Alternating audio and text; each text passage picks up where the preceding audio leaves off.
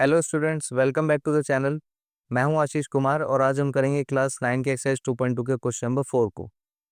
इस क्वेश्चन में हमारे बताना है कि निम्नलिखित स्थितियों में से प्रत्येक स्थिति में बहुपद का शून्य ज्ञात करना है। हमारे को इसमें शून्य ज्ञात करना है। अब ये शून्य क्या होता है? शून्य का हमारा वो मान होता है जो हम किसी चर की जगह रखे तो वो उस पूरे बहुपद को 0 के बराबर कर दे। ठीक है ना।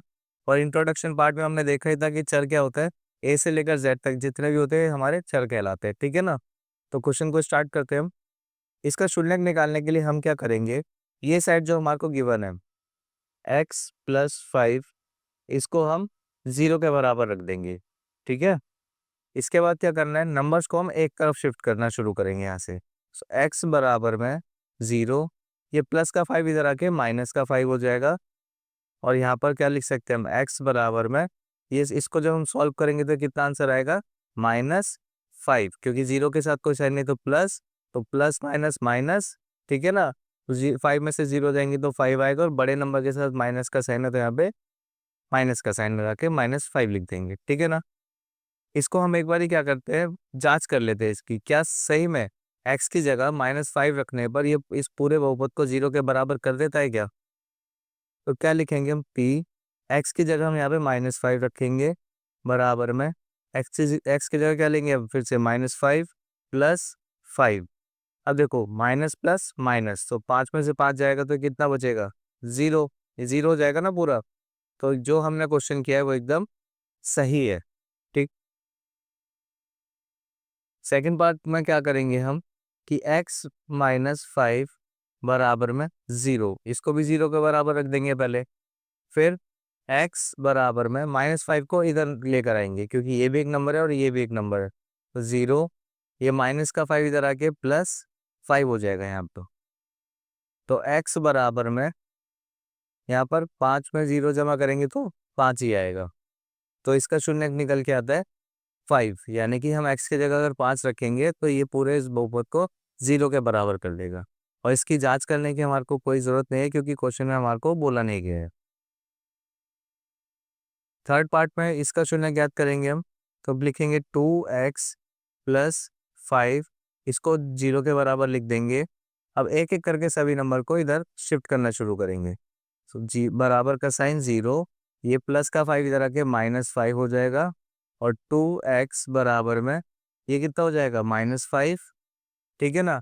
अब देखिए ये भी एक नंबर है, इस नंबर को भी इस नंबर के पास लेकर आएंगे। तो ये x है और 2 है, इन दोनों के बीच में कोई साइन नहीं, तो मतलब यहाँ पे मल्टीप्लाई का साइन है। और जब मल्टीप्लाई के नंबर को हम बराबर के इधर लेके जाते हैं तो वो डिवाइड में चला देता है। सो -5 डिवाइड में लेने के लिए इसको हम अपॉन में लिख देंगे। अब फोर्थ पार्ट में 3x-2, इसका शून्य निकालने के लिए भी हम 0 के बराबर लिख देंगे इसे। अब 3x बराबर में -2 को हम उधर लेकर जाएंगे तो -2 इधर आके प्लस का 2 हो जाएगा। अब 3x बराबर में इसको सॉल्व करेंगे तो कितना, 2 आ जाएगा। अब 3 भी एक नंबर है और ये मल्टीप्लाई में तो इधर आके डिवाइड में जाएगा। सो 2/3 आंसर, यानी कि इस बहुपद में जब हम x की जगह 2/3 रखेंगे तो इस पूरे बहुपद को 0 के बराबर कर देगा। फिफ्थ पार्ट में हमारे को 3x का शून्य निकालना है। इसके लिए 3x बराबर में 0 और x बराबर में 0, ये मल्टीप्लाई का 3 इधर आके डिवाइड में 3 होगा। और x बराबर में, देखिए किसी भी फ्रैक्शन के ऊपर यानी किसी भी भिन्न के ऊपर जब 0 होता है तो वो पूरी वैल्यू 0 के बराबर हो जाती है। यानी कि x की वैल्यू यहाँ पे जब हम 0 रखेंगे तो इस पूरे बहुपद को 0 के बराबर कर देगा। सिक्स पार्ट में देखिए ax का शून्य निकालना है हमारे को, जहाँ पर हमारे को कंडीशन दी हुई है कि a 0 के बराबर नहीं होगा। ये वाला क्वेश्चन देखिए देखने में थोड़ा सा अजीब लग रहा होगा, लेकिन देखिए बहुत आसान क्वेश्चन है ये भी। इसके लिए देखिए हम क्या करेंगे, ax बराबर में 0 रख देंगे। ठीक है।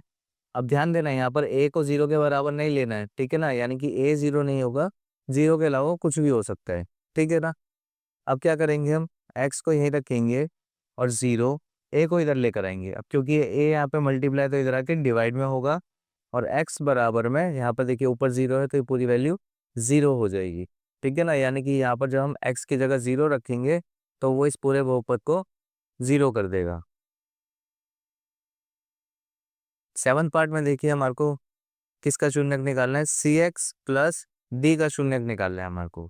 यहाँ पर भी कंडीशन दी हुई है कि सी 0 के बराबर नहीं है और सी और डी वास्तविक संख्या है, ठीक है ना। यानी कि सी को 0 नहीं लेना है हमारे को यहाँ पे। देखो बच्चों, क्वेश्चन देखने में तो ये भी थोड़ा अजीब लग रहा होगा, लेकिन ये वाला क्वेश्चन बहुत आसान है। तो कैसे करेंगे, सी एक्स प्लस डी, इसको भी हम 0 के बराबर लिख देंगे। यहाँ पे हमें बस यहाँ पर x को रखना है, बाकी सब चीज़ों को हम इधर लेके चले जाएंगे।